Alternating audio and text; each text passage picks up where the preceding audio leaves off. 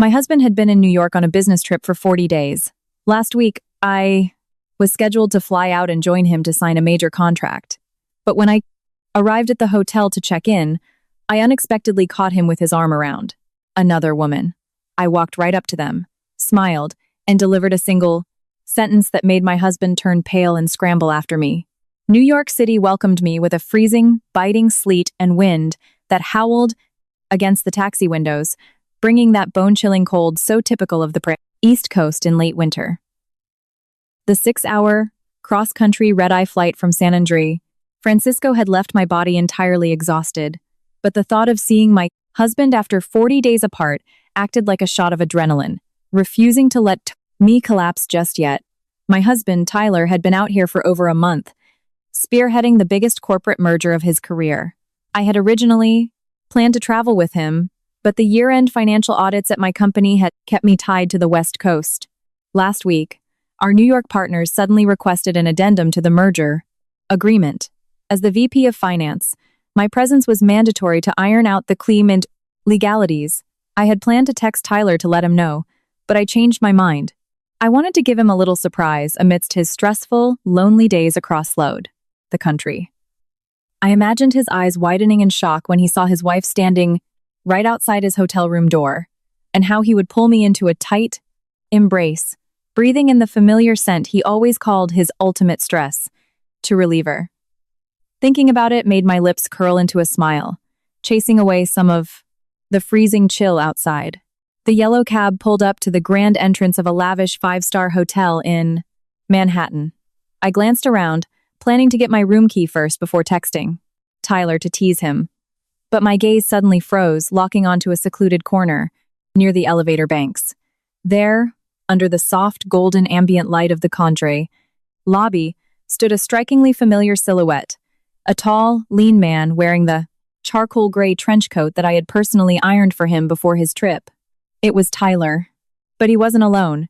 Standing right next to him was a slender woman with long, loose wavy hair, wearing an elegant cream-colored knit dress. The physical distance between them was close, far too close, entirely violating the standard boundaries of corporate colleagues or business partners. I stood rooted to the spot. My heart pounded so violently it felt like it might crack my ribs. I gripped the handle of my suitcase so tightly my knuckles turned white. I watched as Tyler leaned down, his eyes gazing at this woman with a tenderness and absolute adoration that I hadn't seen him direct at me in years. He raised his hand and carefully, gently, adjusted a slightly crooked scarf around her neck.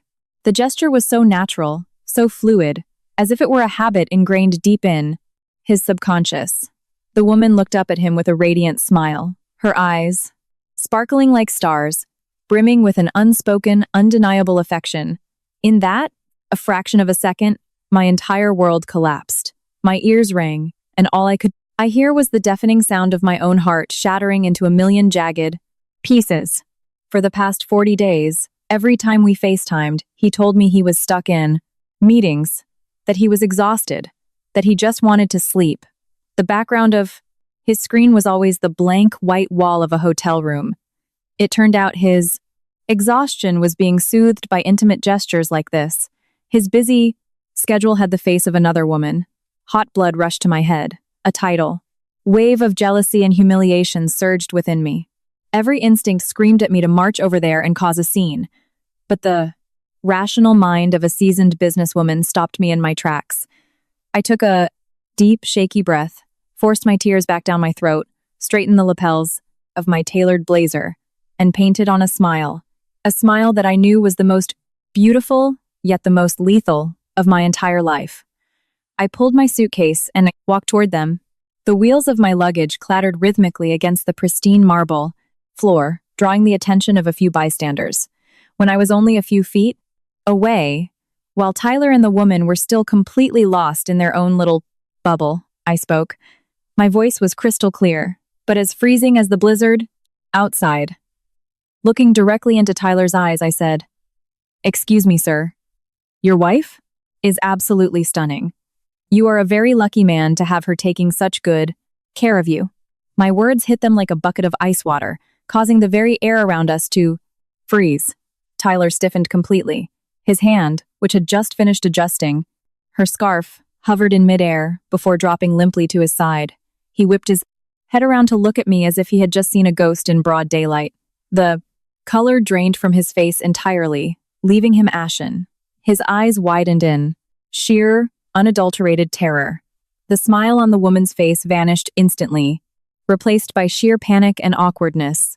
I stood there, my head held high in absolute pride. But inside, I was bleeding. Out. It was the agonizing pain of a wife witnessing her husband's betrayal firsthand. Tyler stuttered, his lips moving a few times before any sound came. Out. It took him several agonizing seconds to scrape together a fraction of his composure. His voice trembled violently. Chloe. What? How are you here? Why? Didn't you tell me you were coming? I didn't bother answering that stupid question. My eyes drifted past him and landed on the woman's face. A face I vaguely recognized from some old college photos Tyler kept in his study. She had this fragile, delicate aura, the exact type of woman that triggered a man's innate hero complex. It was a stark contrast to the sharp, independent, armored exterior I had built over years of surviving in corporate America. Seeing me staring her down, she instinctively took a step back, hiding slightly behind Tyler's arm. Her eyes darted around nervously, unable to meet my gaze. The prolonged silence made Tyler even more frantic. He quickly stepped between us, holding his hands up defensively. Chloe, please don't misunderstand. This is Lauren. She's the lead consultant from the New York firm. We just got back from a client dinner. Lauren. The name sounded so soft, yet it pierced my heart like a needle. It brought back memories of the unfinished college romance his fraternity brothers used to joke about. She quickly regained a sliver of her confidence, stepping out from behind his shadow. She extended a manicured hand toward me, flashing a polished, corporate smile. Hi, Chloe. It's so nice to finally meet you, Tyler. Talks about you all the time. I stared at her, hands suspended in the air, internally scoffing at the sheer hypocrisy of talking about me all the time. I politely, yet coldly, gave her a brief handshake. Her hand was ice cold, a complete contrast to the raging inferno burning inside my chest. I pulled my hand back immediately, my tone impeccably flat. Hello, Lauren. I've heard quite a bit about you too. The deliberate ambiguity of my words made Lauren stiffen. Her smile froze. She quickly looked for an exit. Well, I'm exhausted, she murmured. I'm going to head up to my room. You two catch up. Tyler, we'll finalize the addendum tomorrow. With that, she turned and practically fled toward the elevators. I watched out of the corner of my eye as she pressed the button for the 12th floor, the VIP, suites reserved for the firm's top executives. Once we were alone, Tyler frantically grabbed my hand. His palms were slick with cold sweat. His voice was rushed, desperate. Chloe, you have to believe me. We literally just bumped into each other in the lobby. We're just working on the merger together. That's all. It is. I yanked my hand out of his grasp, taking a step back to re-establish the boundary between us. My gaze dropped to the beige, plaid luxury scarf Lauren had been wearing. That scarf, that specific designer pattern. How could I possibly forget it when I had seen it sitting in Tyler's Amazon cart just 2 weeks ago? I let out a dry, hollow laugh, pointing a perfectly manicured finger toward the elevator bank where Lauren had disappeared. My voice was light, yet dripping, with a venomous sarcasm. That scarf.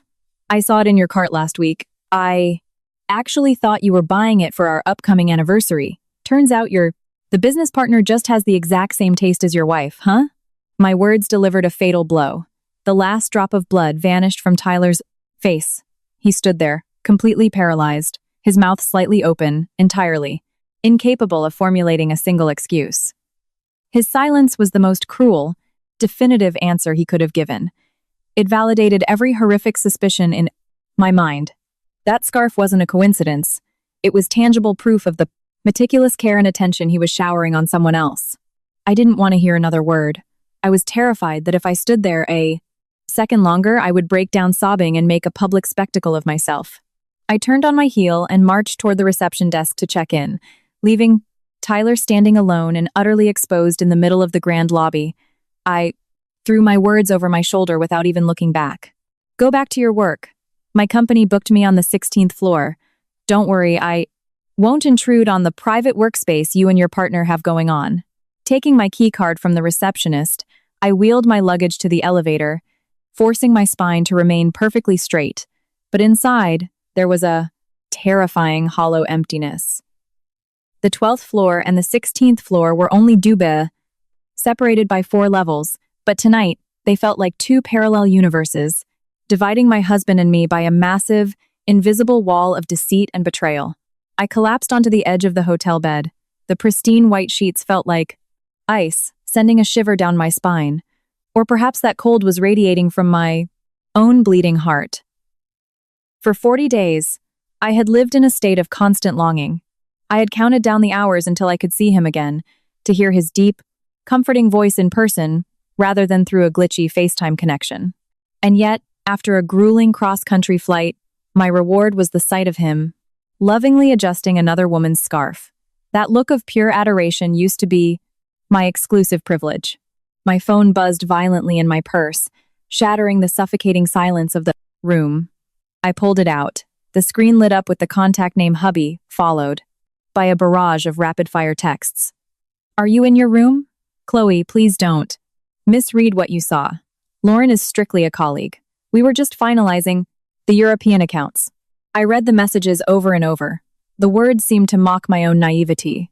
A colleague? What kind of colleagues stare at each other with such intense, palpable intimacy that it makes a passerby blush? I didn't reply. My thumb scrolled aimlessly, retroactively piecing together all the red flags I had, blindly ignored because I trusted him too much. Lauren. The name rang a bell. During a college alumni tailgate a few years ago, his frat brothers had Pradens Achen drunkenly reminisced about a beautiful English lit major named Lauren. It truly is a small world. So small that my husband and his college sweetheart could miraculously reunite on a corporate project across the country, spending long days and lonely nights together. The phone chimed again. This time, an invitation. What do you want for dinner? I can take you downstairs. The steakhouse on the 2nd floor has that dry-aged bone-in ribeye you love. I want to explain everything. I smiled bitterly. Hot tears rolled down my cheeks, splashing onto the back of my hand, burning my skin. He remembered I used to love heavy, rich steaks, but he had completely forgotten or never cared to notice that my gastroenterologist had diagnosed me with a severe ulcer 2 years ago, strictly forbidding me from eating heavy red meat, rich sauces, and alcohol. Or perhaps he had confused my preferences with someone else's. I took a deep breath, forcing myself to regain the ironclad composure that made, to me, a successful executive. I quickly typed a reply. I'm exhausted from the 7 flight. Ordered room service. Enjoy your dinner. We'll talk tomorrow. I tossed the phone onto the armchair, curled up under the heavy duvet, and desperately tried to find a shred of warmth in this foreign city. I needed time to process, to mentally prepare for the fallout. I knew that if I went to that dinner, it would just be a poorly scripted performance, and I didn't have the energy to sit in the audience. That night in New York felt endless. I lay awake, listening to the winter wind howling against the glass, agonizing over what my husband was doing down on the 12th floor. Was he actually remorseful and pacing his room, or was he breathing a sigh of relief that his naive wife had bought his pathetic lies, freeing him to resume his unfinished business with his beautiful colleague? The next morning, I stood before the bathroom mirror, my puffy red eyes from a dictionary. Night of silent weeping had been expertly concealed beneath expensive foundation and concealer. I swiped on a bold, dark red lipstick and slipped into a sharply tailored designer suit. I told myself that even if my soul was crushed, my exterior would remain flawless and untouchable. I took the elevator down to the hotel restaurant for the breakfast buffet. The aroma of freshly brewed artisanal coffee filled the air, but it couldn't mask the bitter taste in my mouth. I chose a table by the window, offering a sprawling view of Central Park covered in morning frost. Just as I sat down, Tyler walked over. He carried a tray of food, but he looked absolutely wrecked. His eyes were bloodshot. Dark, heavy bags hung beneath them, proving he hadn't slept, either likely consumed by panic over how much I actually knew. He set his tray down and pulled out the chair across from me. He looked at me with a hesitant, almost fearful expression, a stark contrast to the confident corporate director he usually was. Did you sleep well? He rasped, his voice hoarse. I called your room phone, but you didn't answer. I was worried sick. I nonchalantly cut into a piece of sausage, not even bothering to look up. I unplugged the phone so I could sleep. I have a massive day of negotiations with the New York executives today. I can't afford to look like a zombie. Tyler sighed heavily. He spun his coffee mug around in his hands, hesitating, before circling back to the elephant in the room. About last night. Lauren is the point person for their firm. We had just finalized the last metric for the last metric. Merger, so we walked down to the lobby together. It was the same rehearsed, hollow excuse. He kept repeating it like a broken record, desperately trying to sanitize a deeply inappropriate dynamic that he himself felt guilty about. I put my knife and fork down. The sharp clink of silver against porcelain echoed loudly, making Tyler flinch. I looked him dead in the eye, a half smile playing on my lips. My voice was soft, but sharp as a scalpel. You don't need to try, so. I merely complimented her on her beauty last night. Why are you acting so defensive?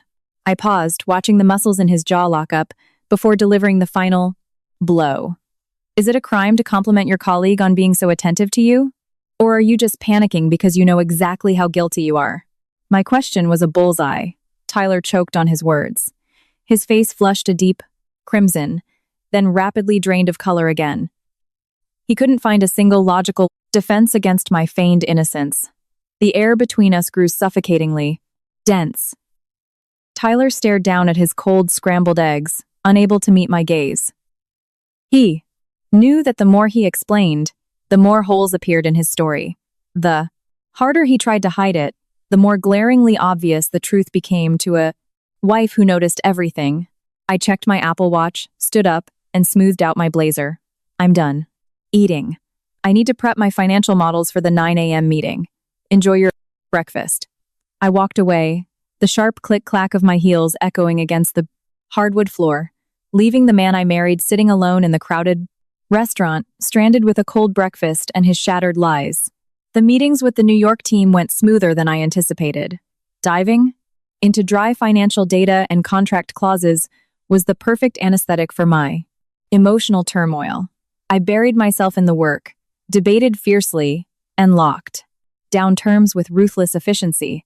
My professional demeanor earned nods of respect from the opposing counsel. But deep down, during every pause in the conversation, the image of Tyler and Lauren hovered like a ghost, haunting the edges of my mind. During a catered lunch break in a glass-walled boardroom, my phone buzzed. The caller ID showed a local New York number. I excused myself and stepped out into the quiet hallway, a sinking feeling in my gut. A woman's intuition told me exactly who was on the other end of the line. I answered. A soft, crystal-clear voice came through the speaker. Hello, is this Clue? It's Lauren. My heart skipped a beat. My grip on the phone tightened, but my tone remained incredibly detached. Hello, Lauren. What can I do for you? There was a brief silence on her end, a soft intake of breath before she continued. I'd really like to see you. I'm at the boutique coffee shop right across from your hotel. I think we need to clear the air about Tyler. Her blunt, direct approach surprised me, but it also ignited my curiosity and a defensive anger. Was this going to be a tearful apology or a subtle declaration of war from the other woman? I checked my watch. I had an hour before the great afternoon sessions resumed. Fine, I replied flatly. I'll be there in 15 minutes. I returned to the boardroom, excused myself for a personal emergency, grabbed a cab, and headed back toward the hotel, my mind a chaotic mess. The coffee shop she chose was a vintage-inspired, quiet little place. Soft jazz played in the Brajan background, making the atmosphere romantic but deeply melancholic. I pushed the door open, scanning the room. I easily spotted Lauren sitting in a secluded booth near the window, staring blankly at the bustling Manhattan street. Today, she wore a pristine white turtleneck sweater. Her long hair cascaded effortlessly down her back, and her makeup was minimal. She looked youthful, fragile, and far less intimidating than she had in her designer dress. Last night, looking at her, I understood perfectly. She was the quintessential damsel, the exact kind of woman that made men feel big, strong, and necessary. I took a deep breath, walked over, and pulled out the chair across from her. Lauren jumped slightly, turning back with a polite smile, though her eyes were highly calculating. She spoke first, keeping her tone soft but laced with an underlying edge. "Thank you for making time for me, Chloe. I know how busy you are." I ordered a black coffee from a passing waiter, leaned back against the leather booth, and crossed my arms, staring right through her. "Skip the pleasantries. Lauren, say what you came to say. I don't have time for games." A heavy silence fell between us, the legal wife and the ambiguous partner. A psychological war had officially begun. I knew whatever she was about to say was designed to hurt me, designed to completely upend the marriage I was desperately trying to hold together. Lauren slowly stirred her iced matcha latte, watching the ice cubes clink against the glass as if gathering her courage. Finally, she looked up. Her eyes were bright and glassy, but the depths of them held a shrewd cunning. Her voice dropped. "The truth is, Tyler and I aren't just colleagues like he told you last night. We were together in college." The confession wasn't a surprise, but hearing it directly from her lips still felt like a physical blow to the chest. She continued, her voice taking on a nostalgic, almost dreamy quality. "We dated for 3 years. We were each other's first real loves. But after graduation, our career paths took us to different cities, and we broke up. It was a huge regret for both of us." She paused, gauging my reaction. Seeing my face remain an impenetrable mask of ice, she quickly shifted into defense mode. "But please, don't worry. Right now, things between us are entirely platonic. Absolutely nothing physical has happened." She heavily emphasized the word physical, as if that somehow proved her innocence. But to me, it made the entire situation vastly more disgusting. "I know you probably suspect the worst," Lauren continued, "but running into each other was purely a coincidence because of this merger. Tyler has been my rock out here. I've been so overwhelmed with the workload, and he's been guiding to me through it." Then, she lowered her voice and delivered a series of poisoned darts right into my ego. "It's just that, in all these weeks working late together, he rarely brings you up. A few times when you called, I watched him stare at his phone, hesitating for a long time before he finally picked up. Under the table, my nails dug so hard into my palms they almost drew blood. But physical pain was nothing compared to the emotional lacerations she was inflicting." Lauren was deliberately showing off. She was proving to me that, while she might not have his body, she had his mind, his stress, and his emotional vulnerability. She was bragging about an invisible, intimate connection, a connection that I, the actual wife, was clearly losing. Lauren looked at me with an expression of manufactured innocence. "I'm not telling you this to ruin your marriage, Chloe. I just want you to understand that Tyler is under an immense amount of pressure. He needs someone who can listen, someone who can share his burdens, not just a wife who manages him like a project." Every single word was a slap to the face. She was blatantly implying that I was a cold, calculating wife who neglected my husband, effectively pushing him into the comforting arms of his college sweetheart. I realized then that my husband might not have physically cheated, but he had entirely strayed emotionally. An emotional affair is infinitely more insidious and cruel than a purely physical one. I looked at Lauren and let out a cold, mocking laugh. "Well, thank you for the progress report. I clearly haven't been paying enough attention." My reaction caught her off guard. She was probably expecting me to throw a hysterical fit, or at least cry. Instead, I was terrifyingly calm. I stood up, threw a $20 bill on the table to cover my coffee, and looked down at her one last time. "But Lauren, the past is the past. I am his legal wife. I highly suggest you remember your place in the present." I walked out of the coffee shop, but I didn't go back to the hotel. I wandered aimlessly down the gray concrete sidewalks of New York. A bitter wind whipped through the city avenues, scattering dry leaves and trash across the pavement. painting a bleak, miserable picture that perfectly matched my soul. I pulled my plaster trench coat tighter, trying to hold onto my body heat, but the chill radiating from my own broken heart was colder than the winter air. Lauren's words echoed in my ears like a broken record, taunting me with the heavy, invisible presence she held in my marriage. I remembered the evenings. Tyler would sit at his desk working late, and I would read a book nearby. He, too, would reach out, stroke my hair, and tell me that just having me in the room made his stress vanish. But the relentless grind of corporate America, the mortgages, the promotions, the blind ambition, it had slowly wedged us apart, without us even noticing. Our shared dinners had become rare. They were replaced by texts saying, "Eat." Without me, long business trips, and nights where he slipped into bed hours after I had fallen asleep. We lived in the same beautiful Bay Area house, slept in the same king-sized bed, but our souls had diverged. We had become polite, distant roommates. I asked myself, when did this coldness begin? Was it when he made director, or was it when his beautiful ex-girlfriend walked back into his life? My phone vibrated in my pocket, pulling me from the spiral. It was a text from Tyler. "Let's get dinner tonight. I made a reservation at a nice place nearby. We need to talk properly." I stared at the screen. My thumb hovered over the cold glass. Exhaustion washed over me, mixed with a tiny, pathetic shred of hope. Maybe Lauren was right about one thing. Running away wouldn't fix this. I had to face him. I had to look this dying marriage in the eye, no matter how much it hurt. The restaurant Tyler chose was undeniably upscale. Flickering candlelight and a soft jazz pianist created a deeply romantic ambiance that felt completely absurd. Given the suffocating tension between us, Tyler was already seated. He had changed into a crisp white button-down, freshly shaven, looking exactly like the handsome, successful man I had fallen in love with. Seeing me approach, he quickly stood up and pulled out my chair. The gesture was attentive, but it felt stiff and forced, like a man trying to pay off a massive debt with pocket change. I sat down and watched in silence as he opened the pairings menu. He scanned the options, then looked up at me with what he probably thought was a caring smile. "What are you in the mood for? We haven't had a nice American steakhouse dinner in forever. See anything you like?" The question, so seemingly innocent, made my chest physically ache. He truly had no idea. Over the past 2 years, I had developed chronic acid reflux and a Preux-Sensé, painful stomach ulcer. My doctor had put me on a strict diet.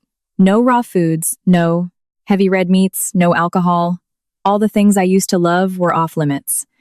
I smiled a hollow, bitter smile and pushed the leather-bound menu back to him. "You order. I'll eat whatever. You're my husband, after all. I'm sure you know exactly what I like." Tyler looked slightly unnerved by the heavy subtext in my voice, but he quickly rallied, flagging down the waiter. "We'll do the dry-aged bone-in ribeye, medium rare, a bowl of the lobster bisque, and a bottle of your boldest Cabernet." He turned to me, beaming. "All your old favorites, a nice rare steak, and some red wine to warm you up." I stared at the food when it arrived. The steak was bleeding red juices onto the phoenix. White porcelain. The wine was a dark, heavy crimson. Both were literal poison to my protesting stomach.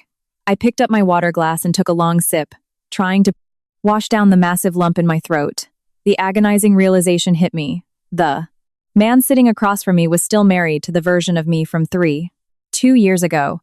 He was entirely oblivious to the physical pain his wife had been living with every single day. The meal was eaten in agonizing silence. Tyler kept shooting me nervous glances. Finally, he asked, "Did Lauren say anything to you today?" I slowly placed my knife and fork down, meeting his gaze with dead, terrifying calm.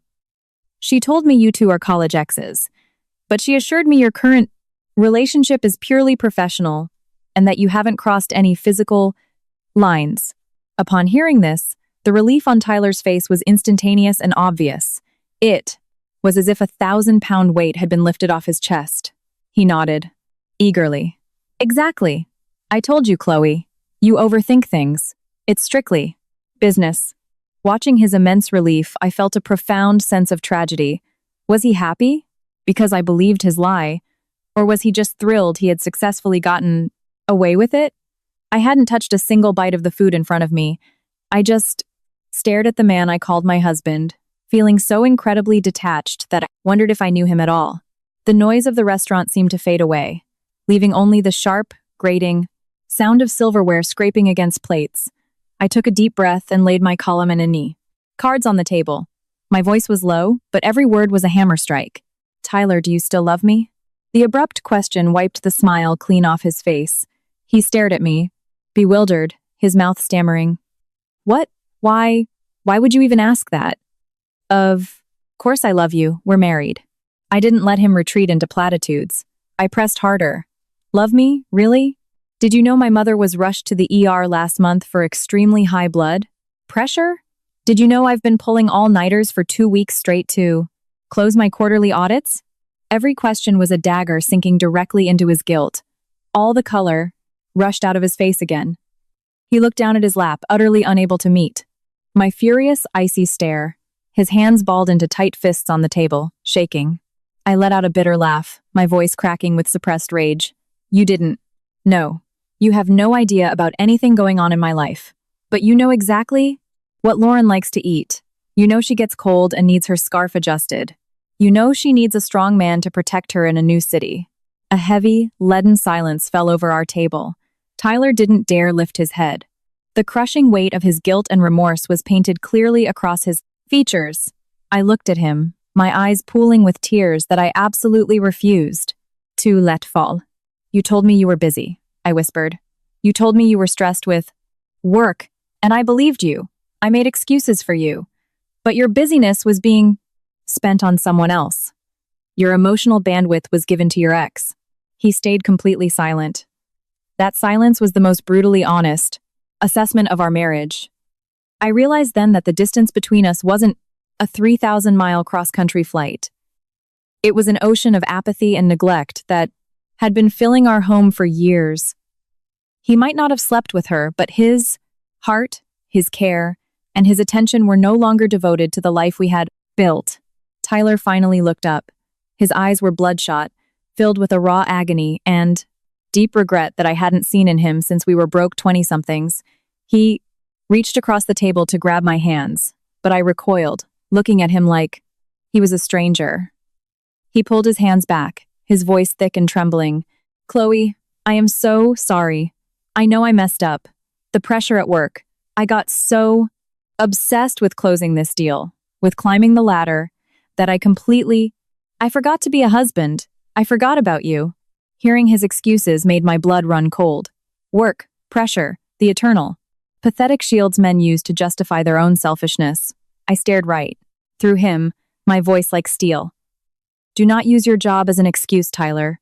Being busy does not give you the right to turn your wife into a stranger in her own home. I paused, fighting the knot in my throat. Marriage is about partnership. It's about navigating life together. It's not about finding a roommate to share a mortgage with while you live entirely separate lives. Tyler bowed his head, his shoulders shaking violently.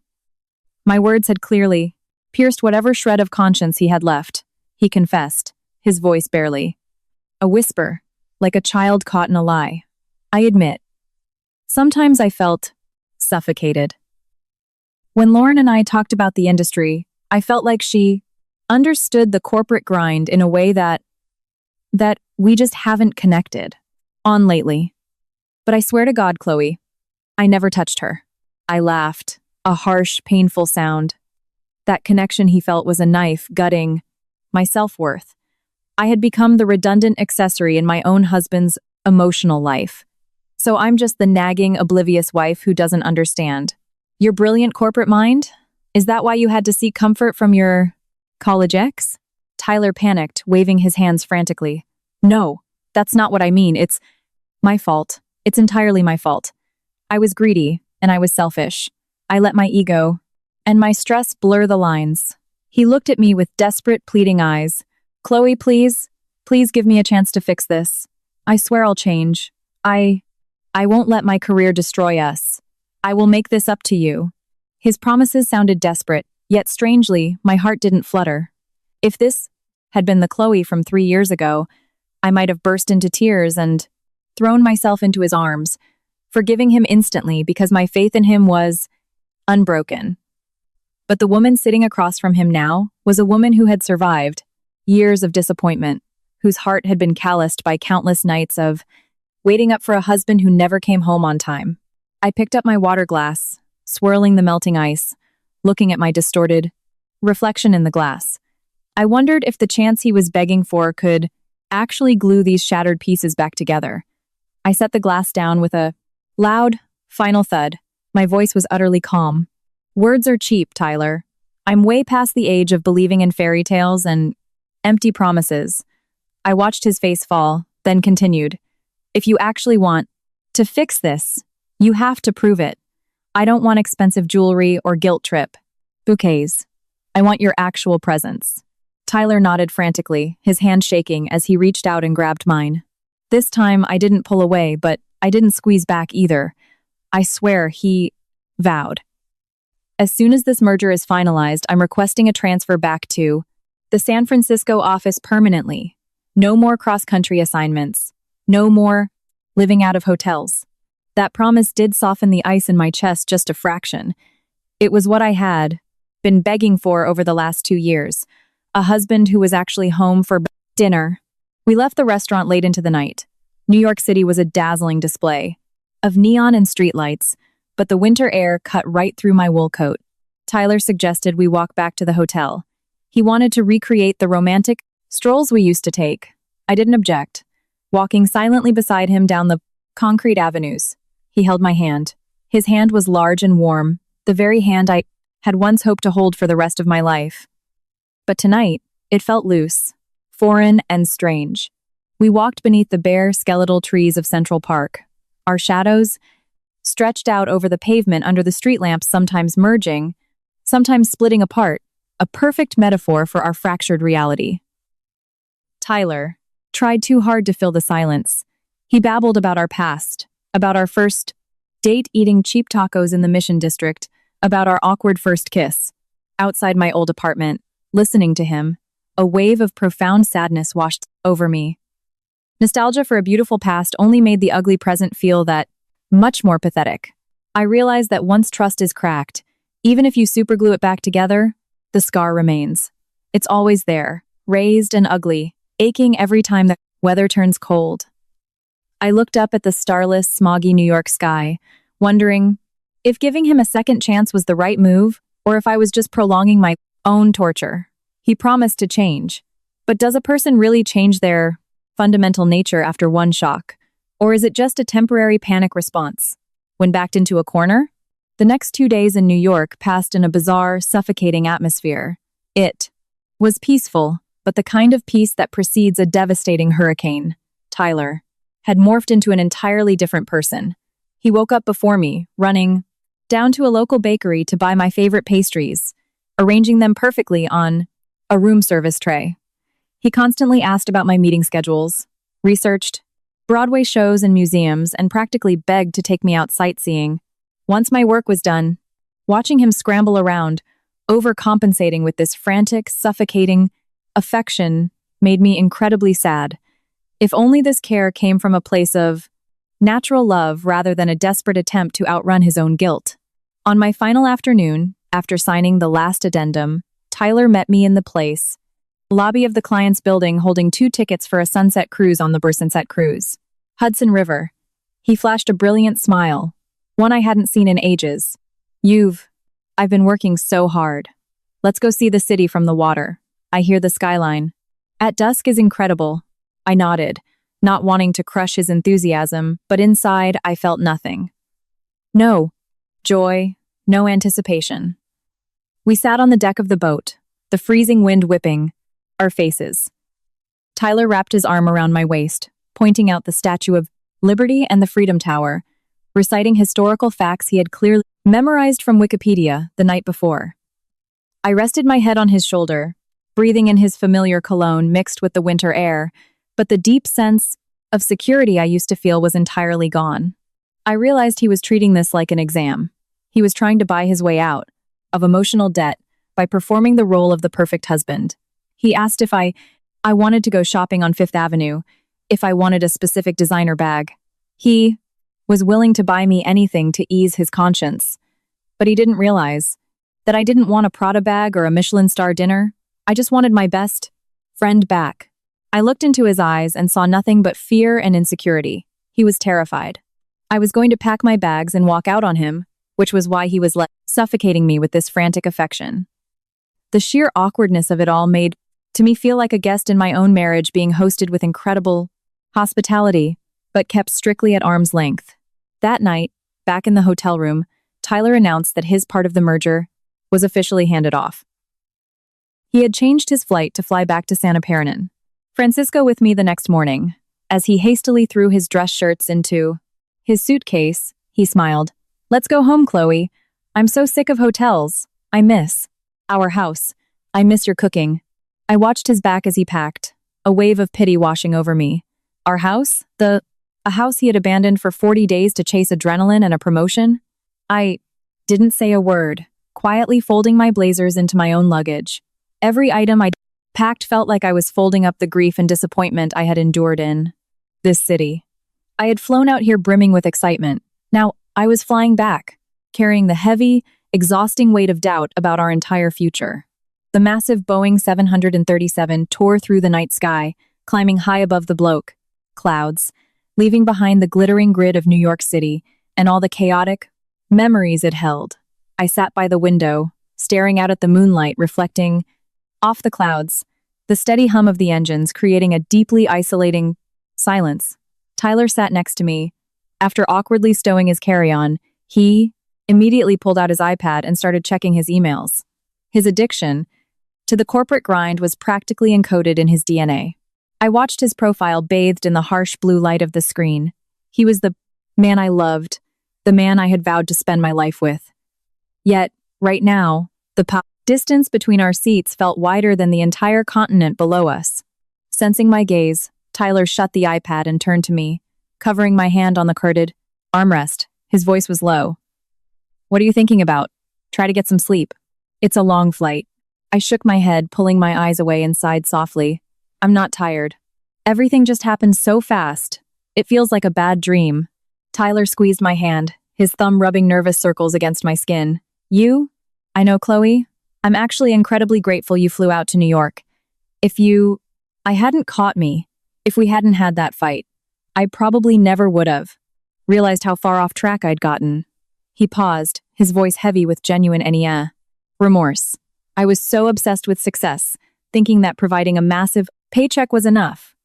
I forgot you needed a husband, not just an ATM. Hearing his confession, I felt a mix of anger and deep sympathy. But my rational mind warned me not to let my guard down too easily. San Francisco welcomed us back with the crisp, foggy morning air of the Bay Area. The familiar smell of the ocean and the hum of the freeway made me slightly dizzy after the red-eye. Our beautiful Victorian house in Pacific Heights sat exactly as we had left it. The bougainvillea by the front gate was blooming vibrantly, utterly oblivious to the storm we had just weathered. But stepping inside, the house felt entirely devoid of warmth. Everything was pristine, clean, and in its right place, but the soul of the home had been entirely drained. For the first few weeks back, Tyler really did change. He left the office at 5 p.m. sharp. There were no more client dinners or late-night strategy sessions. He rolled up his sleeves and practically forced his way into the kitchen, clumsily washing vegetables and doing the dishes chores he had previously deemed not his department. On weekends, he dragged me out to the farmer's market, took me to see movies, and bought me random bouquets of red roses for no reason at all. To the outside world, we looked like newlyweds deep in the honeymoon phase.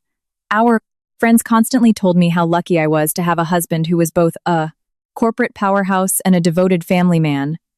But I, the only one actually living this reality, felt the agonizing stiffness behind the flawless facade. Every smile, every hand-holding session felt choreographed. We were like two A-list actors putting on the performance of a lifetime in a play called The Happy Marriage, desperate to fool the audience and, ultimately, ourselves. There were evenings we sat on the living room sofa watching Netflix, but our minds were thousands of miles apart. Our conversations rarely breached the surface, the mortgage, the weather, what to eat for dinner. It was utterly meaningless. I constantly felt a thick, bulletproof glass wall between us, built brick by brick from unhealed trauma and shattered trust. Tyler's extreme politeness, his constant thank yous and I'm sorries only made me feel more alienated. It was as if we were two polite Airbnb guests sharing a common space rather than a married couple. I would watch him sweating while vacuuming the living room, wondering if he was actually happy doing this, or if he was just white-knuckling his way through the role of the perfect husband to avoid a divorce. The suspicion grew like a cancer inside me every single day, gnawing at whatever tiny fragments of trust I had left, keeping me in a constant state of hypervigilance and anxiety. It was a rainy, miserable Tuesday night. The relentless San Francisco drizzle battered the window panes, leaving streaky watermarks that looked like silent tears. I got home from the office around 10 p.m., absolutely drained from wrestling with spreadsheets and quarterly tax filings. The large house was bathed in dim yellow light. It was so quiet I could hear the echo of my own, heels clicking against the hardwood floor. Tyler was sitting on the sofa. The TV was on, but the volume was muted. The flickering light from the screen cast deep shadows across his exhausted, lonely face. Hearing me come in, he jumped up, quickly grabbed the remote to shut off the TV, and walked over. His voice was incredibly caring, but still possessed that strange clinical politeness. "You're home. Was work crazy today?" I tried calling, but it kept going straight to voicemail. I kicked off the stilettos that had been torturing my feet all day and gave a day blanks. Curt nod. "It's month-end close. We had to finalize the books." My phone died at some point I didn't even notice. My response was brief, efficient, and entirely devoid of the warmth a wife usually reserves for her husband. I sounded like I was giving a status update to a CEO. Tyler either ignored the coldness or chose not to address it. He hurried into the kitchen and returned a minute later with a steaming mug of chamomile tea. The sweet, herbal scent filled the air. He handed it to me, smiling gently. "I just heated this up for you. Drink it while it's warm before you shower. It'll help you sleep." I took the mug, taking a small sip. It was warm and soothing, but the taste on my tongue was nothing but bitter ash. A wave of profound tragedy crushed my depleted chest. When did our marriage become this agonizingly polite? He was treating me with the cautious reverence of a bellhop serving a VIP guest, and I was accepting his care with the guilt of someone in debt. We were tiptoeing around each other, terrified that one wrong move would shatter the fragile, paper-thin illusion of our happiness. Tyler stood there watching me drink, his eyes filled with a desperate, hungry craving for connection. He took a step closer, opening his arms to pull me into a hug, just like he used to do 100 times before. But the exact second his fingers brushed my shoulder, a visceral, subconscious reflex hijacked my body. I violently flinched, taking a massive, panicked step backward. The physical rejection happened so fast, so decisively, that it sucked all the oxygen out of the room. The awkwardness instantly metastasized into raw, naked humiliation. Tyler's arms froze in midair, hovering uselessly. The smile was ripped from his face, replaced by a look of sheer, agonizing devastation that pooled in his eyes. I stood there, gripping the ceramic mug like it was a life preserver, my heart hammering in pure panic. I hadn't meant to hurt him. I hadn't thought about it. My body had simply rejected the intimacy. In that horrible, stretching second, we both realized that the invisible wall between us had hardened into titanium. It couldn't be melted by a mug of hot tea or a few choreographed dates. He stared at me. The patient, apologetic husband vanished, replaced by a man, pushed to his absolute breaking point. When he spoke, his voice was low, but shaking with suppressed rage and profound hurt. "Chloe, what the hell do you want from me?" he demanded. I admitted I was wrong. I changed everything. I am doing everything in my power to make this right. I looked down at the floor, avoiding his piercing gaze. My throat closed up. I wanted to explain, but I didn't have the words. "I'm sorry," I whispered. I didn't mean to. I'm not used to this yet. I need more time." That was the match that lit the powder keg. Tyler's remaining patience disintegrated. He raised his voice, the shout echoing off the vaulted ceilings. "Time? It's been 2 months, Chloe. How long are we going to live like ghosts? In our own house? Treating each other like total strangers?" He stepped closer, forcing me to look up into his furious, anguished eyes. Look at me. I am your husband, not your enemy. Why do you look at me like you're terrified of me every time I try to touch you? Tears finally spilled over my eyelashes, hot and furious. The dam broke, and I screamed right back at him. Because I can't just pretend nothing happened. Do you honestly think coming home at 5 p.m., doing the dishes, and buying me flowers magically deletes what you did? You broke it. And now you're demanding that I just smile and be happy on your timeline? How am I supposed to do that? I slammed the mug down on the glass coffee table. The tea sloshed over the rim, spilling across the glass like the ugly, messy reality of our marriage. I sobbed, my voice cracking entirely. You ask what I want? I want the absolute, blind trust I used to have in you. But it's gone. You killed it. And I don't know how to get it back. My words acted like physical blows. Tyler stumbled back, his chest heaving, his face flushed red with anger and absolute powerlessness. He let out a dark, bitter laugh, a sound full of tragic irony. I see. So all the work I've done these last few months means literally nothing. To you. You're just going to hold on to this forever. You're never going to let it go. He looked at me one last time, his eyes utterly dead. If being married, to me, is this much torture for you, then fine. Let's just keep punishing each other. He turned and walked out of the room. The bedroom door slammed shut with such violent force the entire house shook, leaving me standing completely alone in the freezing living room. I collapsed onto the hardwood floor, burying my face in my hands, and sobbed uncontrollably. The sound of my crying echoed in the dark, sounding so incredibly pathetic. We had tried to fix it, but all we had done was slap a coat of cheap paint over black mold. And the second we scratched the surface, the rot spilled out, hurting 10 times worse than before. Tyler didn't come out of the room. It was another endless, agonizing night staring at the four walls of the multi-million-dollar home we had built together. I turned all the lights off, leaving only the amber glow of the street lamps, filtering through the blinds, casting long, distorted shadows across the floor. I lay curled up on the massive sectional sofa, the freezing air from the hallway seeping into my bones, a brutal reminder of my total isolation. I stared at the ceiling, my eyes burning, my mind racing with a million unanswerable questions. I thought about our early 20s, living in a tiny 500 square foot studio apartment in the city. Boiling hot in the summer, freezing in the winter. We were broke. We lived on cheap ramen and frozen pizzas, but our tiny apartment was filled with laughter. We looked at each other with absolute faith. Now we had the house, the cars, the six-figure salaries everyone envied, but we had lost the only thing that mattered. Did the American dream kill our marriage? Or did we just become weak, letting the corporate grind strip us of our humanity? I didn't blame Lauren. She was just the catalyst, a stress test that exposed the massive structural cracks that were already destroying the foundation of our luck. Marriage. Divorce.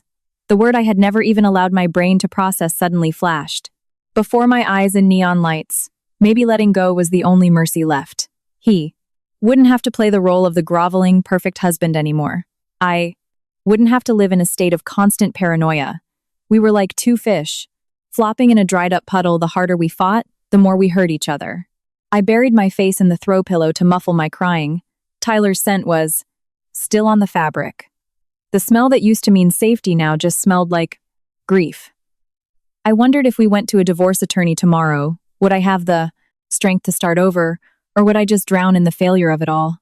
But staying, living with a man whose body was here but whose soul was disjointed, from mine? That was essentially burying myself alive. The night dragged on. The grandfather clock in the hallway ticked away, counting down the final hours of our marriage. I closed my eyes, letting fate take the plosen eyes letting losed.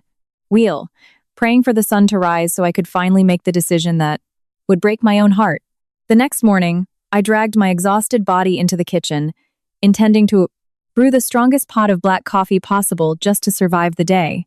But when I walked in, Tyler was already sitting at the kitchen island. He was wearing the exact same clothes from last night, wrinkled and unkempt. An ashtray on the counter was filled with cigarette butts, the stale smell of smoke hanging heavy in the air. Hearing my footsteps, he looked up. His face was hollowed out, covered in a rough stubble. His eyes were bruised with exhaustion and shot with red. He looked like he had aged 10 years overnight. Seeing me, he quickly stubbed out his cigarette and stood up, his voice gravelly and weak. "Chloe, you're up."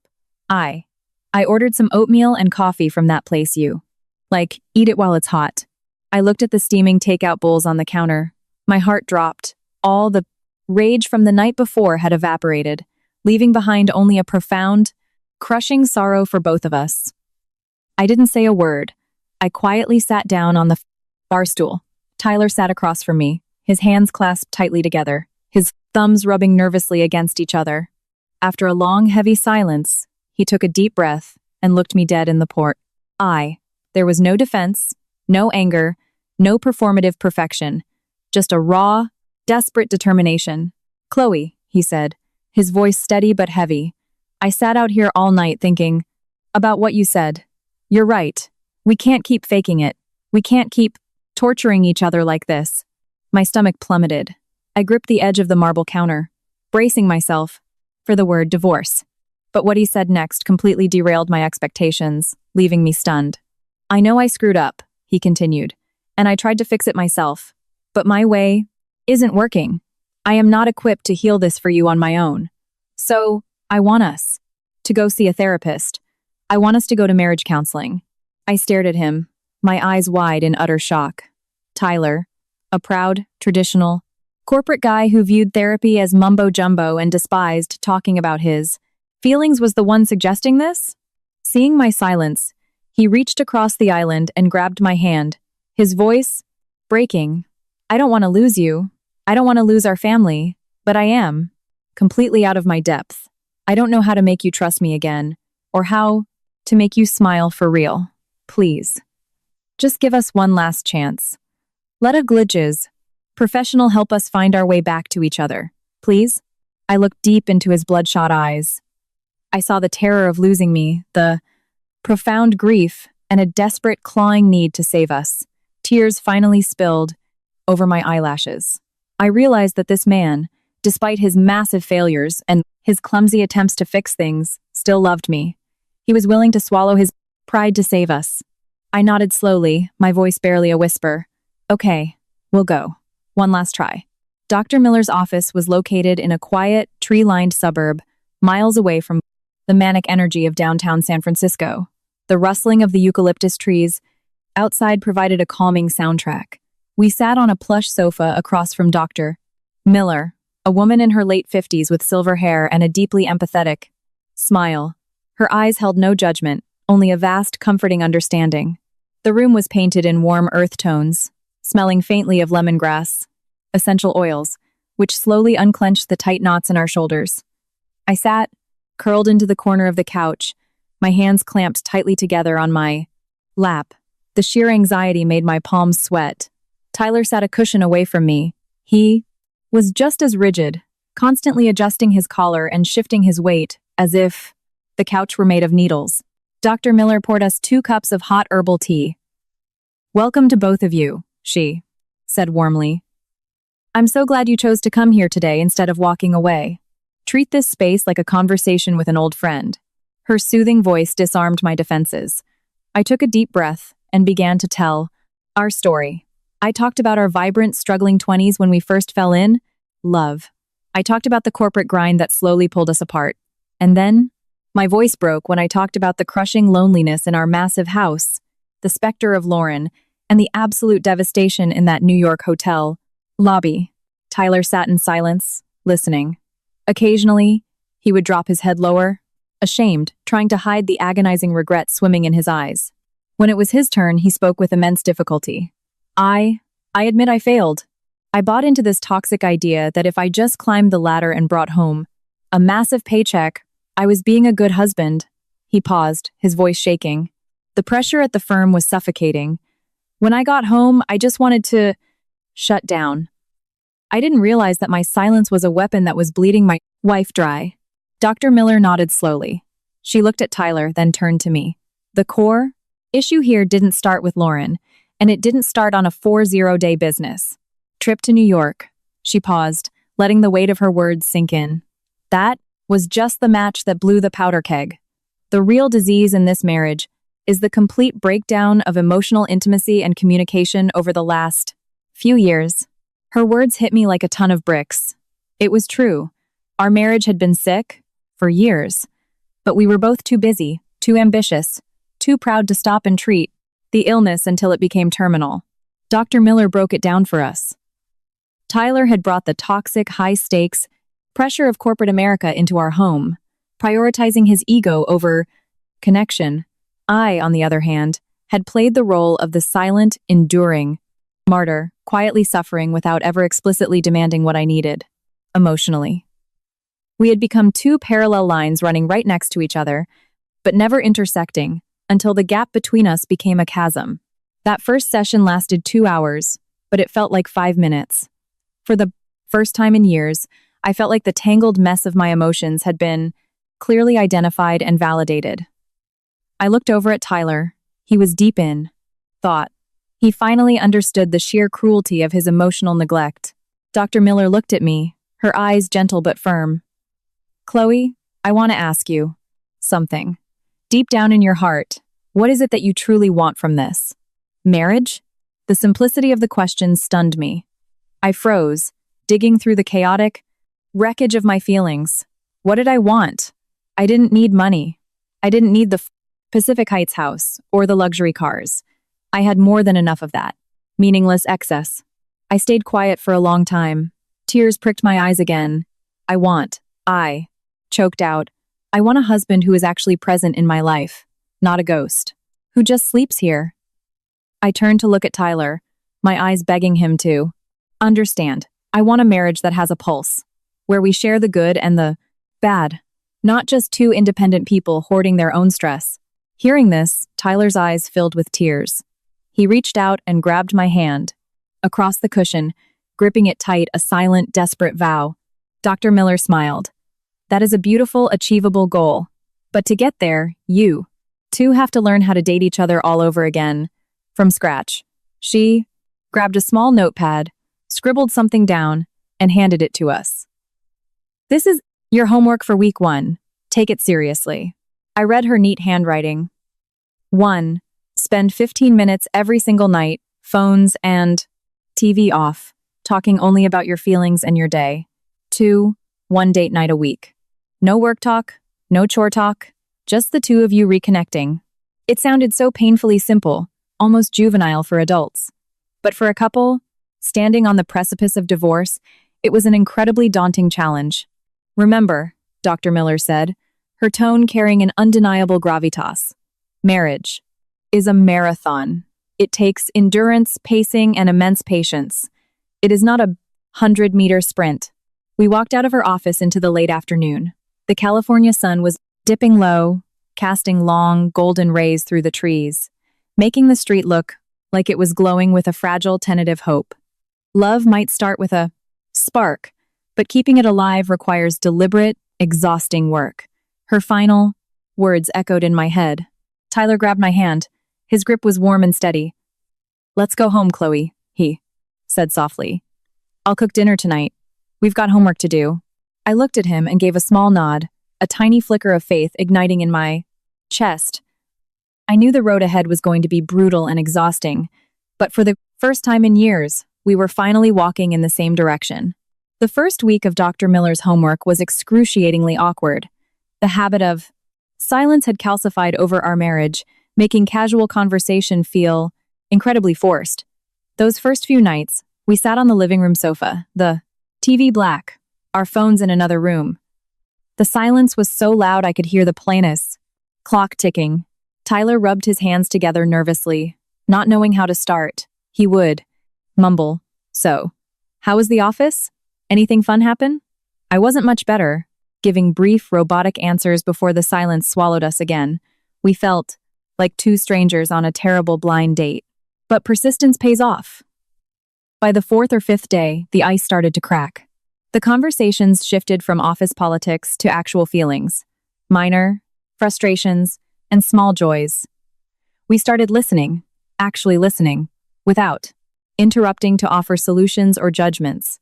We just sat there and absorbed each other's reality. That weekend, Tyler planned our first official date. He didn't book a Michelin star restaurant. Instead, he drove us out to a dingy, hole-in-the-wall Mexican joint near our old college campus in Berkeley. It was the exact spot he had taken me on our first date 6 years ago, back when we were broke interns. The place looked exactly the same. The neon beer signs buzzed, the tables were slightly sticky, and the smell of roasting carnitas filled the air. We sat in a loaming WWW corner booth. Tyler ordered like a pro, getting the exact massive, spicy burritos we used to eat. When the food arrived, Tyler pushed the spiciest salsa toward me, a nostalgic grin breaking across his face. Remember? The first time we came here? You completely drowned your burrito in this stuff. I tried to match you to impress. You and I spent the entire night with terrible heartburn. The memory hit me vividly, and I burst out laughing. The sound was genuine and bright, shattering the remaining awkwardness between us. I remembered that two-year-old kid, his face bright red, sweating profusely, forcing down spicy food just because he didn't want to look weak in front of me. I rolled my eyes, teasing him. Who told you to be such a macho idiot? You could have just admitted you couldn't handle the heat. But no, you had to play the tough guy. Tyler laughed, his eyes sparkling with pure joy. Hey, I was trying to lock you down. I had to prove I was culturally sophisticated and rugged. We laughed together. The old stories kept tumbling out, dragging us back to an era of our lives that was chaotic but completely pure, before mortgages and mergers ground us down. In that moment, staring across the sticky table, I realized the man sitting in front of me was still the exact same Tyler from college, the man who had loved me with a reckless, beautiful sincerity. The cheap burrito tasted better than any gourmet meal I'd had in years. The spice burned, but it was a good burn, just like life. You needed the bite to appreciate the flavor. I looked at him, silently thanking Dr. Miller, thanking Tyler for his effort, and thanking myself for not walking away too soon. Things were smooth for a few weeks until a massive storm rolled in, testing our newfound fragile peace. Tyler came home late one evening. His face was thunderous, his eyebrows knit into a hard, angry line. His entire body radiated hostility and exhaustion. I was in the living room arranging flowers. Seeing him, I smiled cautiously. Hey, you're home late. How was work? Did something happen? Instead of answering, Tyler let out a dark scoff, tossed his briefcase onto the sofa, and snapped, "Nothing. Same old garbage." His cold, aggressive tone killed my smile instantly. The old, familiar anxiety flared up in my chest. He marched straight into the bedroom and slammed the bedroom door, leaving me standing in the living room holding a vase, wondering what I had done wrong or, God forbid, if something had happened with Lauren again. I took a deep breath, forcing my heart rate down. I remembered what Dr. Miller had told us. When your partner exhibits negative emotions, do not jump to defensiveness. Be patient. Find the root. I poured a glass of ice water, knocked gently on the bedroom door, and walked in. Tyler was sitting on the edge of the bed, his head buried in his hands, looking utterly defeated. I put the water on the nightstand, sat down next to him, and placed a hand on his shoulder, rubbing gently. "Tyler," I said, my voice soft but unyielding. "Dr. Miller gave us tools for this. We're supposed to share the load. Don't shut me out. I'm your wife. I have the right to know what's hurting you, and I want to help." He stayed silent for a long time. His shoulders shook. Finally, he lifted his head. His eyes were red-rimmed and furious. He spoke, his voice hoarse with frustration. The acquisition deal fell through. The client pulled out at the 11th hour. The VP absolutely tore me apart in front of the entire executive board today. He let out a long, pathetic sigh. I was banking on this deal to get the senior VP promotion. Now it's dead. Months of work, completely vaporized. It was work.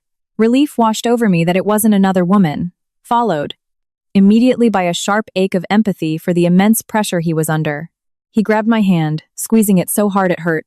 "I'm sorry I snapped at you. I wanted that promotion so bad so I could give you a better life. So I could make up for being such a terrible husband."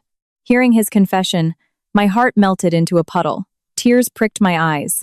Behind his aggressive, angry exterior was a man terrified of failing his family, a man desperately trying to protect his wife, but utterly failing at the prom. Execution. He wanted to give me the world, but the pressure was crushing him, and in his attempt to shield me, he had alienated me entirely. I looked at his bloodshot eyes, fully realizing that while I had been throwing pity parties for my own loneliness, my husband had been carrying the weight of the world on his shoulders without a safe place to put it down. He was terrified that if he showed weakness, his image as my strong protector would shatter. I gently pried his fingers from the bedsheets and interlocked them with mine, squeezing tight. I spoke, my voice thick with emotion but grounded in absolute truth. Tyler, I didn't marry you because you're a director. I didn't marry you for your salary. When we got married, we had nothing but a mattress on the floor and student debt. And we were happy.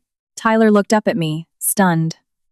It had been years since I had spoken to him with such raw vulnerability. I don't need a mansion, I continued, tears finally rolling down my cheeks. I don't need designer clothes or luxury vacations. What I need is a husband who comes home and smiles. A man who will eventually have the energy to play with our future kids in the backyard, not a stressed-out, emotionless ATM machine. My words fell like cool rain on his scorched, exhausted soul, washing away the heavy boulders of inadequacy he had been carrying. Tyler pulled me into a fierce, desperate hug. He held me so tight I could barely breathe, but I didn't. I pull away. I wrapped my arms around his broad back, rubbing soothing circles as he shook. He buried his face in my neck, a muffled, broken sob escaping his throat. I'm sorry, he wept into my skin. I thought loving you meant giving you the best of everything. I was so terrified that people would think you married a loser. That night, we sat up talking for hours. There was no yelling, no bitterness, just raw, unfiltered honesty that we hadn't shared in 3 years. He told me about the brutal corporate politics, the backstabbing, and the Graxian, impossible expectations he placed on himself.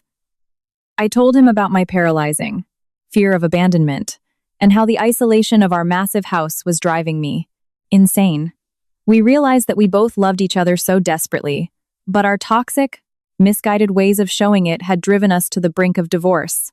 His ambition was born out of love, and my resentment was born out of a desire for connection. Once those misunderstandings were dragged into the light, the titanium wall between us crumbled into dust, leaving a wide-open space for empathy to flood in. Late that night, the wind outside wasn't frightening anymore, because inside, I finally had the true, unadulterated warmth of my husband. We lay in bed, hands intertwined, and fell into a deep, peaceful sleep without a trace of anxiety. I knew the road ahead still had potholes, but as long as we were navigating together, no storm could tear our house down again. Time flew by. It had been 3 months since our first session with Dr. Miller. 3 months isn't a long time in the grand scheme of a life, but it was the turning point that saved our marriage from the grave. Today was our milestone check-in. We walked into the clinic with an entirely different aura than the clinic. Nervous, broken couple from day one. Dr. Miller welcomed us with her warm smile. Her eyes lit up seeing the relaxed, unified body language between us. She poured the chamomile tea. So, how have the last 3 months been? Tyler looked at me and grinned a real, vibrant smile. He answered first. Honestly, Dr. Miller, it's been a game changer. I've learned how to leave the calcage, corporate stress at the door. And more importantly, I learned how to actually listen to my wife when she's upset, instead of just trying to fix it with logic or money. I nodded in agreement, my heart full of gratitude. And I've stopped assuming the worst. When I'm feeling disconnected, I just tell him directly instead of giving him the silent treatment and playing the victim. Our weekly date nights brought the romance back. Dr. Miller nodded in satisfaction, jotting something down in her notebook. I am incredibly proud of the work you two have put in. The peace you have right now is the direct result of your own labor. She paused, adopting a serious tone. But remember, marriage is a marathon. There will be times when you're exhausted and want to quit. There will be unexpected hurdles. When those moments hit, remember why you are sitting on this couch today. Remember the pain of almost losing each other, and use it to anchor yourselves. We looked at each other, Tyler's hand finding mine under the table, squeezing, hard a silent, unbreakable vow. We left the clinic as the sun was setting. The sky was painted in brilliant strokes of orange and purple, casting a warm, romantic glow over the frosted neighborhood. We walked hand in hand down the familiar sidewalk. The sound of rush hour traffic in the distance didn't sound chaotic anymore. It sounded like the vibrant pulse of a life moving forward. Tyler stopped walking, turned to me, and looked deeply into my eyes. "Thank you, Chloe. Thank you for not giving up on me when I was at my absolute worst. Thank you for waiting for me to figure it out." I smiled, feeling a profound, unshakable peace. Thank you for putting in the work to change. For me, for us. In that moment, standing on a random California sidewalk, I felt what true happiness was. It wasn't the flashy, Instagram perfect facade we used to project. It was the quiet, resilient peace of two flawed humans choosing each other every single day. 6 months had passed since the storm first broke. Our lives had settled into a beautiful, steady rhythm. But fate, it seemed, wanted to test me one last time. My firm assigned me to lead an acquisition audit overseas. The destination? Paris, France, the very city where all my nightmares had started. Holding the travel itinerary, a brief wave of anxiety washed over me. The agonizing memory of that hotel lobby flashed in my mind like a movie trailer. I told Tyler the news. He immediately looked worried and offered to burn his vacation days to fly to Europe with me. But I declined. I told him I was fine. I needed to face this ghost on my own, to prove to myself that the wound had completely healed. The flight to Paris was long, but my state of mind was vastly different from my frantic flight to New York months ago. I wasn't the naive wife eager to surprise, a neglectful husband, nor was I the shattered woman confronting his betrayal. I looked out the window at the clouds over the Atlantic, feeling lighter than I had in years. Paris greeted me with brilliant, golden summer sunshine. The sky was a vibrant blue, a stark contrast to the miserable winter sleet that had mirrored my soul. Back in the States, I dragged my luggage into the same luxury hotel. The crystal chandeliers were just as lavish as I remembered. I stood in the exact spot where, 6 months ago, I had died inside watching my husband adjust another woman's scarf. The architecture was exactly the same, but the people had changed, and most importantly, my soul was healed. I took a deep breath, inhaling the hotel's signature floral scent. It didn't make me nauseous anymore. I smiled to myself, a smile of pure liberation and victory. I had survived the trauma. I had fought for my family, and I had reclaimed my own worth from the ashes of a breakdown. I checked in at the desk. The blonde concierge greeted me in flawless French, and I replied confidently. Holding the key card, I walked to the elevator, silently thanking the universe for the storm. Because of it, I knew how to protect my peace, and I knew that happiness wasn't an accident, it was a choice you had to work for. Paris wasn't a city of heartbreak anymore. It was a monument to my resilience. I dropped my bags on the sofa of my suite, exhaustion from the transatlantic flight finally catching up to me. I was about to run a hot bath when my phone buzzed with Tyler's custom ringtone. I smiled and answered the FaceTime call. Tyler's face popped up, looking anxious but overflowing with love. "Did you make it to the hotel? Are you exhausted?" His deep voice echoed through the speaker, making him feel like he was right next to me. I sat on the edge of the bed, fixing my hair. "Just got to my room. A little jet-lagged, but I'm good. Paris is gorgeous today." Tyler nodded, his eyes scanning my face carefully, looking for any trace of distress. Does it hurt being back there?" I laughed out loud at his overt paranoia. "No, Tyler, I'm fine. That's all in the past. It doesn't hold any power over me anymore." Tyler's face physically relaxed. He let out a massive breath. "Good. I was terrified you'd start spiraling. Oh, by the way, I called the hotel concierge and prepaid for a room service dinner for you. Should be up in 15 minutes. Eat and then go to sleep. Don't stay up working." I looked at him in surprise, a warm, fuzzy feeling blooming in my chest. 6 months ago, in a different city, I had eaten a miserable, lonely dinner, soaked in tears. Now, thousands of miles away, I was being cared for with absolute precision.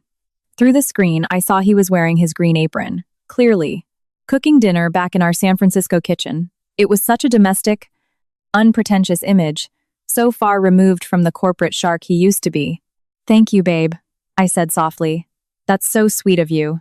Tyler smiled warmly, leaning closer to his phone.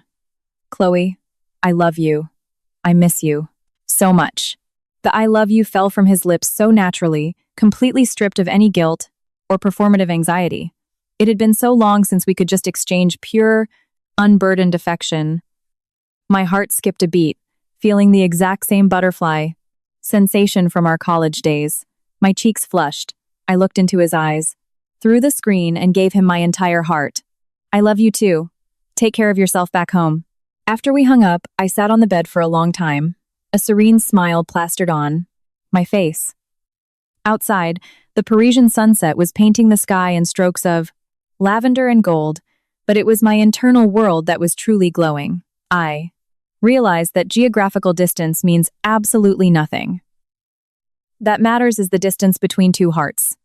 When you are truly connected, a man half a world away can keep you perfectly warm. The evening passed quietly.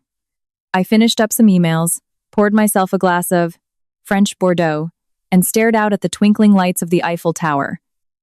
A year ago, this view would have made me cry from loneliness.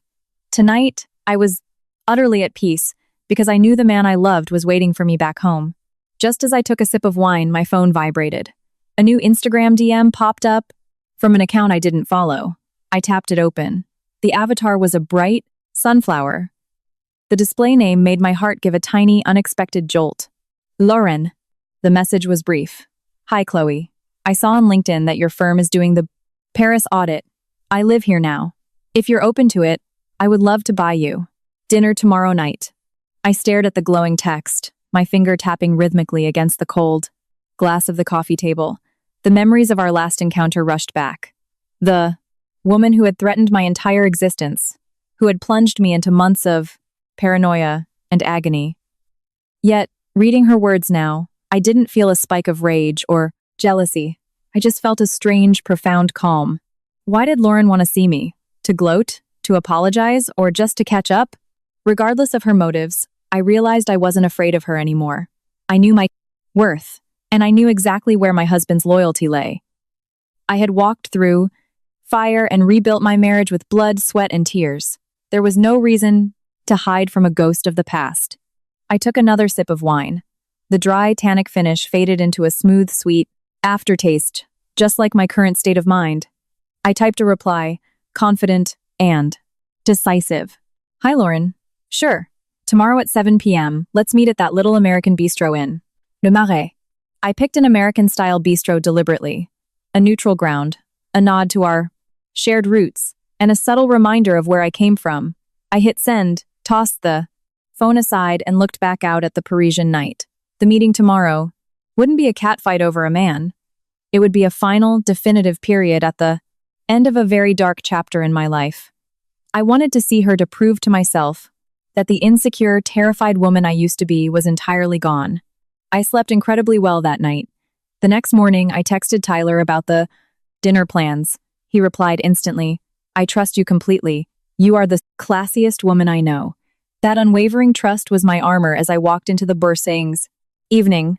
The bistro was tucked away on a cobblestone street, smelling of roasted chicken and familiar comfort food, making me incredibly homesick. I arrived 15 minutes early and grabbed a quiet corner booth where I could watch the door. At exactly 7 p.m., the heavy wooden door opened, and Lauren walked in. She was wearing a simple, understated gray wool sweater and a classic trench coat. Her makeup was minimal, and there were faint signs of exhaustion around her eyes. She looked nothing like the fragile, manipulative damsel from New York. She looked grounded, older, and deeply human. She spotted me, offered a hesitant smile, and walked over, sliding into the booth. "I'm so sorry, did you wait long? The metro was a nightmare tonight." I shook my head, pouring her a glass of sparkling water. "Not at all. I just got here. Drink some water, catch your breath." Lauren took the glass, her hands wrapping around it tightly. We ordered some Classic comfort food, a roast chicken to share, and some clam chowder. Familiar. Tastes in a foreign land. The atmosphere between the two women who had once been mortal enemies was shockingly peaceful. Lauren broke the ice. Her voice lacked the sharp, calculating edge it had possessed back in New York. Chloe, how have you been? You look radiant. Truly. I smiled. A smile born of genuine inner strength. Thank you. We're doing great. You know what they say, the grass is always greener after a severe storm. Lauren looked down, her finger tracing the rim of her glass. Her voice dropped, laden with guilt. The truth is, I asked you to dinner to formally apologize. What I did in New York was incredibly selfish. I was clinging to the past, assuming Tyler still harbored feelings for me, and I deliberately tried to make you insecure. She looked up, her eyes shiny with unshed tears. But after you guys flew back to the West Coast, reality hit me. I realized I was living in a pathetic fantasy. I didn't even love Tyler anymore. I just loved the nostalgia of my youth. I almost destroyed a beautiful marriage out of sheer ego. I am so sorry. I listened in silence, letting her purge her guilt. I looked at her and saw no malice, only the genuine regret of someone who had finally grown up. I sighed softly and pushed the basket of warm bread toward her. The past is the past. Lauren, everyone loses their way at some point.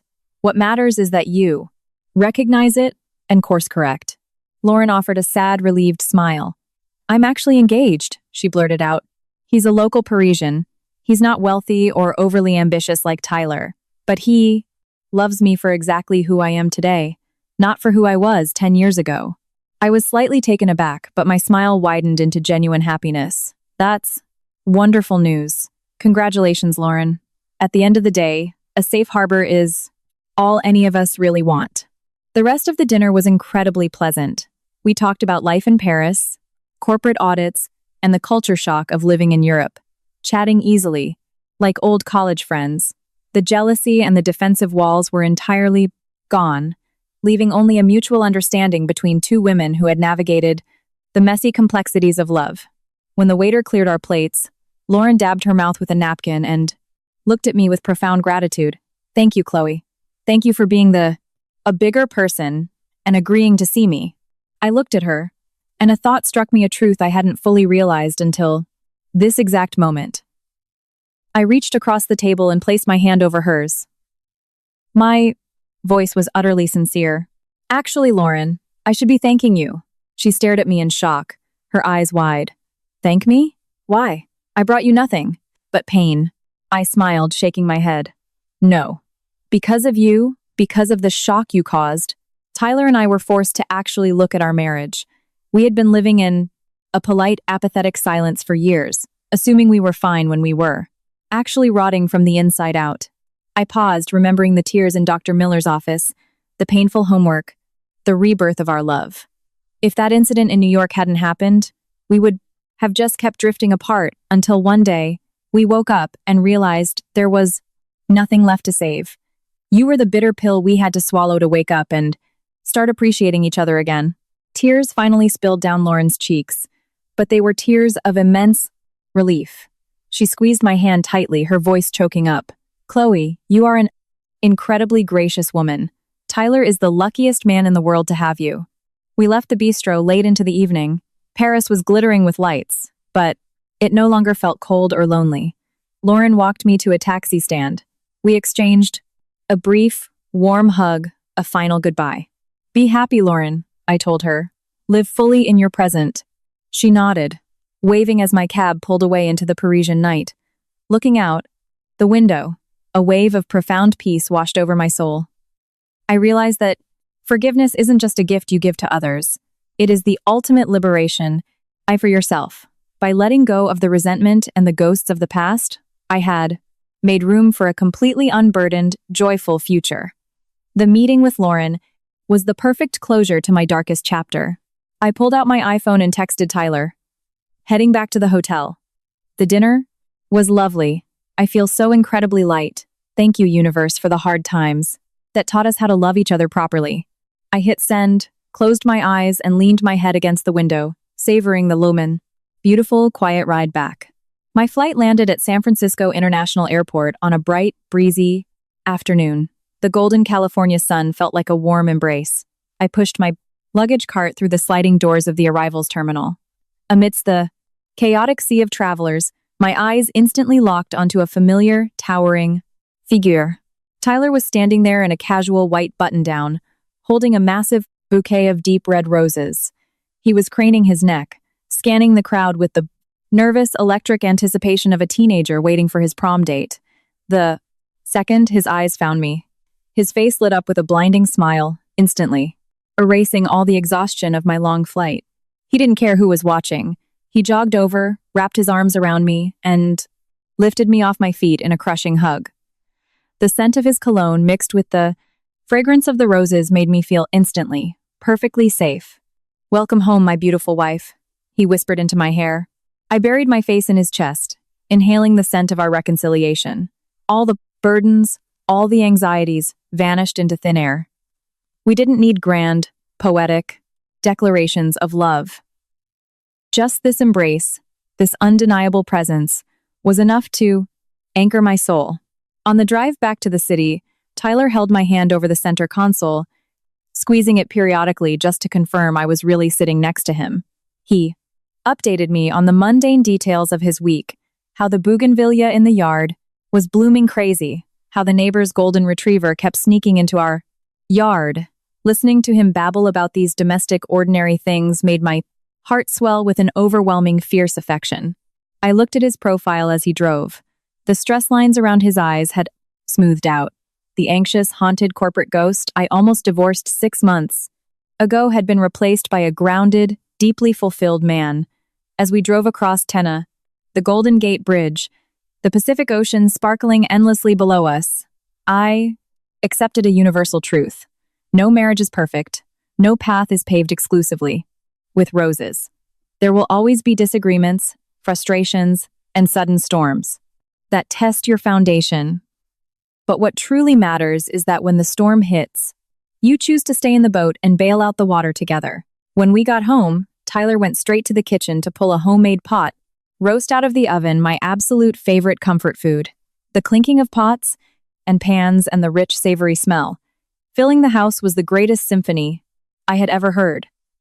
I stood leaning against the kitchen doorframe, watching him, my heart overflowing with gratitude for the messy, painful journey that had led us back here. Happiness isn't about having a flawless life. It's about holding tightly to the beautiful things you've fought hard to keep. During dinner, the house rang with our laughter. We talked excitedly about the future. Tyler looked at me, his eyes shining with hope. I think I'm ready for us to start a family. I want to be a dad, a good dad, and a present husband. I looked into his eyes and saw a bright, sprawling future. I smiled, nodded, and instinctively placed a hand over my stomach, allowing myself to imagine a little life joining our world very soon. Outside, the San Francisco fog was rolling in, but the lights inside our home burned brighter than ever. I knew the sun would rise tomorrow, and we would face whatever came next. Hand in hand, with hearts that had been broken, healed, and made infinitely stronger by the love we chose to rebuild.